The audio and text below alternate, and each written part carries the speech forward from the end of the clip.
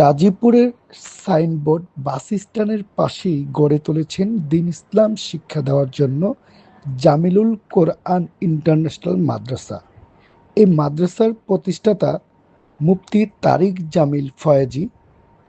আমরা তার কাছ থেকে এই মাদ্রাসার বিস্তারিত জানব। আসসালামু আলাইকুম। আমি মুফতি তারিক জামিল ফয়েজী। আমি জামিলুল কোরআন ইন্টারন্যাশনাল মাদ্রাসার পরিচালক বলছি। আমার মাদ্রাসা কয়েকটা আছে, এটা গাজীপুর শাখার সাইনবোর্ডে অবস্থিত। আলহামদুলিল্লাহ, আমাদের উস্তাদরা খুবই আন্তরিক এবং আমাদের নীতি নৈতিকতা অনুসারে যেভাবে মাদ্রাসা পরিচালনা করছে, গার্ডিয়ানরা সন্তুষ্ট, ছাত্র উস্তাদ সকলেই সন্তুষ্ট আলহামদুলিল্লাহ। সেই কেন পড়াবো? আমাদের রাসূল বলেছেন, ইন্নাল্লাযী লাইসা ফি জাওফিহি শাইউম মিনাল কোরআন কাল বাইতিল খরিব। যার অন্তরে কোরআন নাই, ধর্ম নাই, তার অন্তর শয়তানের ঘর, শয়তান তাকে পরিচালনা করে। এই ছেলেটা পথভ্রষ্ট হবেই যদি ধর্ম না থাকে। একজন ইংলিশ দার্শনিক বলেছেন, আপনার সন্তানকে সকল শাস্ত্র শিক্ষা দিয়েছেন কিন্তু ধর্ম শিক্ষা দেন নাই, সন্ত্রাস বানালেন।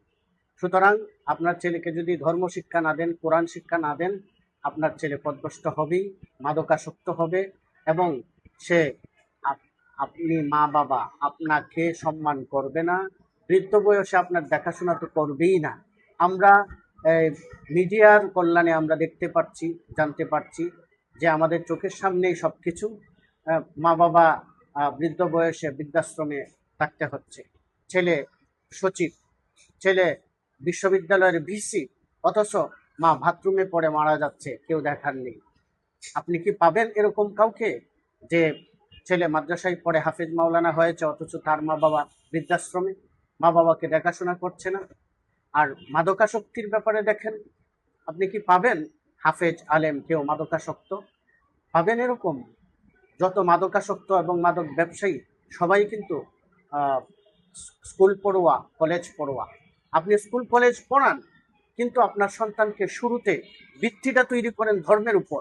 তাকে হাফেজ না বানালেও মক্তবে পড়িয়ে শিক্ষক দ্বারা, মাদ্রাসার শিক্ষক দ্বারা আপনার ছেলেকে অন্তত প্রাথমিক ইসলামটুকু শিক্ষা দেন, আদব কায়দা নীতি নৈতিকতা তাকে শিক্ষা দেন।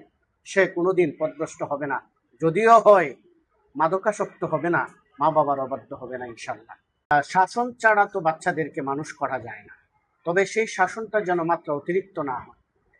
আমাদের মাদ্রাসার মূলনীতি হচ্ছে যে বাচ্চাদের আগ্রহ তৈরি করা, তার ভেতরের প্রতিভার বিকাশ ঘটানো আমাদের দায়িত্ব।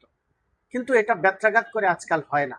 ব্যত্রাঘাত দাগ করার মতো অতিরিক্ত প্রহার যে বাচ্চাদেরকে করা হয়, বাচ্চারা নষ্ট হয়ে যায়, পথভ্রষ্ট হয়ে যায়, মাদ্রাসা থেকে পালিয়ে যায়, সে ঝরে পড়ে, শিক্ষাঙ্গন থেকে ঝরে পড়ে যায়।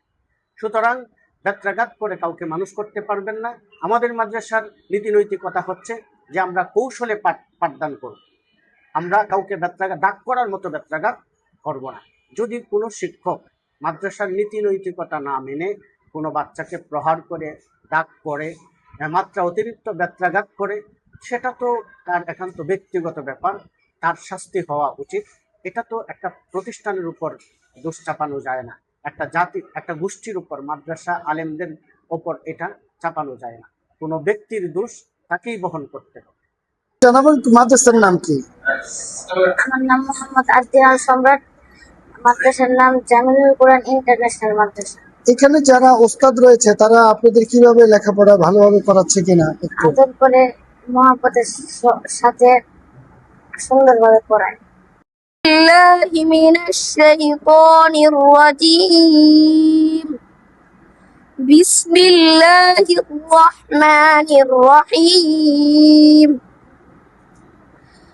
ويل لكل أفاك أثيم يسمع آيات الله تتلى عليه ثم يصر مستكبرا كأن لم يسمعها فبشره بعذاب أليم وإذا علم من آياتنا شيئا اتخذها هزوا أولئك